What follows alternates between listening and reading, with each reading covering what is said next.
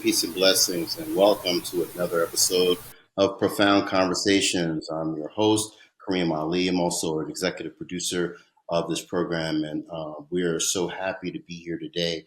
We have a really exciting conversation. We're really going to be delving into some novel approaches to mental health and wellness.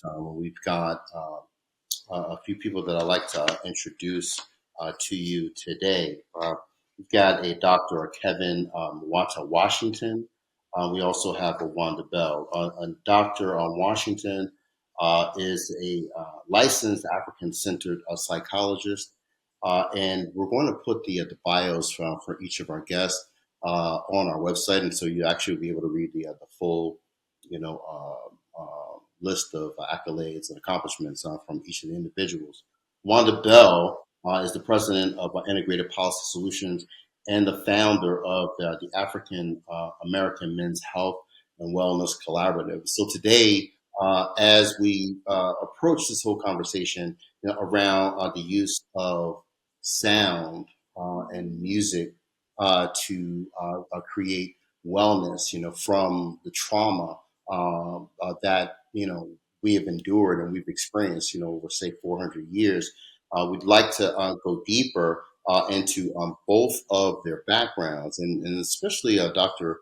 Washington has written a very extensive curriculum, African drumming and the healing of trauma wounds. And we're going to talk a little bit about that curriculum and how we can offer, in a collaboration, this level of immersion for clinical professionals. So, welcome to you both today on Profound Conversations.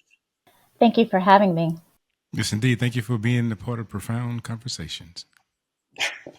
Excellent, excellent. So, the first thing I want to really get to is an understanding of sound and music's influence on well-being, on our mood realities.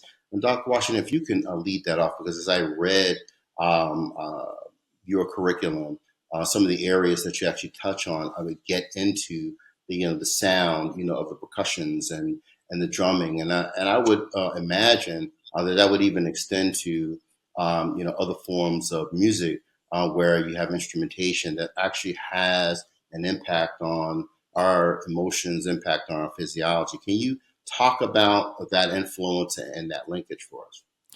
It's again, it's good to be a part of this conversation. Wanda Bell, it's good to see you again. Thank you for all the work that you're doing to facilitate the healing and restoration of men. Uh, Meki uh, Zewi out of West Africa talks about healing the sick in indigenous African societies is an art form. And the utilization of rhythm and vibration creates this idea of psychic harmony. And so when you have the psychic harmony beginning to resonate within the body, it facilitates a transformative process, which means that dis-ease begins to move or become shifted.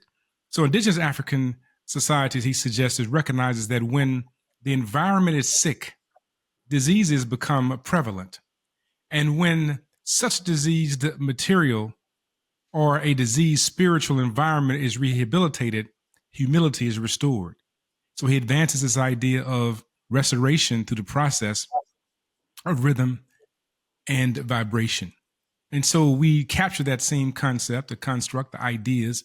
Babatunde Alatunde talks about the evocative power of the drum and can be compared to the Trinity. He says the Trinity is the idea that the trunk has something, the drum skin brings something, and the drummer brings something, and that facilitates the healing as well. So we have these West African uh, um, individuals talking about healing and restoration and restorative processes.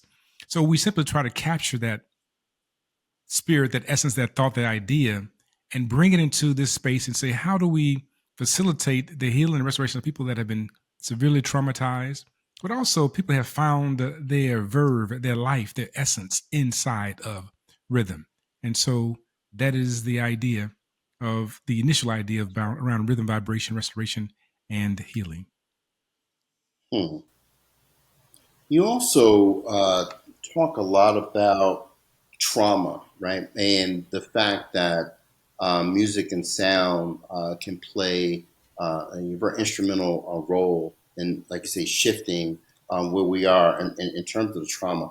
Would you do a deeper dive for us in terms of what you would actually consider trauma? We've written in the abstract three areas, major areas where you have disparities and you know, some would point to disparities caused by racism. You've got, you know, oppression, right? And then you got dehumanization, you know, and so can you talk about those three areas of trauma and then specifically link that to our music, our use, you know, of sound and music to begin to shift, as you mentioned, you know, those realities in our life. So we'll begin with this idea that trauma is a disruption to something, usually to the body. That's how it is a medical term. In the context of psychology or spiritual work, it is a disruption to one's essence and or spirit.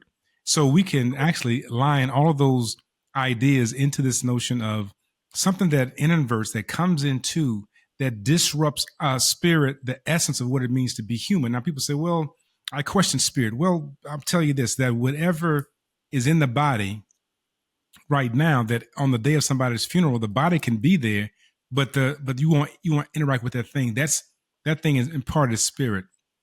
Racism, oppression, human denigration, all these things begin to impact spiritual being, right? The cultural trauma that we have encountered, the dynamics of being dehumanized, and even identifying with the terminology of the oppressor is very important to recognize how that happens. And so when we talk about trauma, we're saying it is a disruption to one's essence, one's being.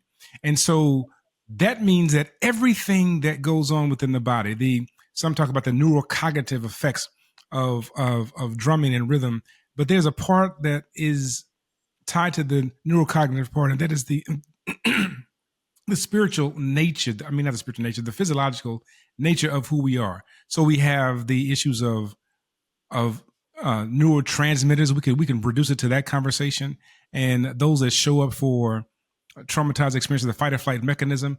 And so what we have are, serotonin, melatonin. We have oxytocin and other neurotransmitters that are present to help us, noradrenaline, norepinephrine, epinephrine, to help us get through this moment. But when you have a population that's continually operating from the state of fight or flight and never finding peace over generations, that is a disruption not only to the body, which influences how the body functions, which we can see then that physiological problems are very constant within our communities, as ovarian cancer, prostate cancer, breast cancer, uterine cancer. Those are very prominent things, and many of them are tied to trying to survive the dynamics of stress and trauma. We see then that if we can restore, we can move, if we can shift that particular energy, and we've been able to do it through blues, through other forms of music, R&B. We've been able to create moments where we can have some healing that takes place momentarily. However, we have not always organized that conversation so that we know that we intentionally engage in the process of restoring ourselves. So that's what the idea of trauma is, this a disruption to spirit and our essence. And so how do we restore that? Through tapping into the essence through rhythm and vibration and changing the frequency within the entire body.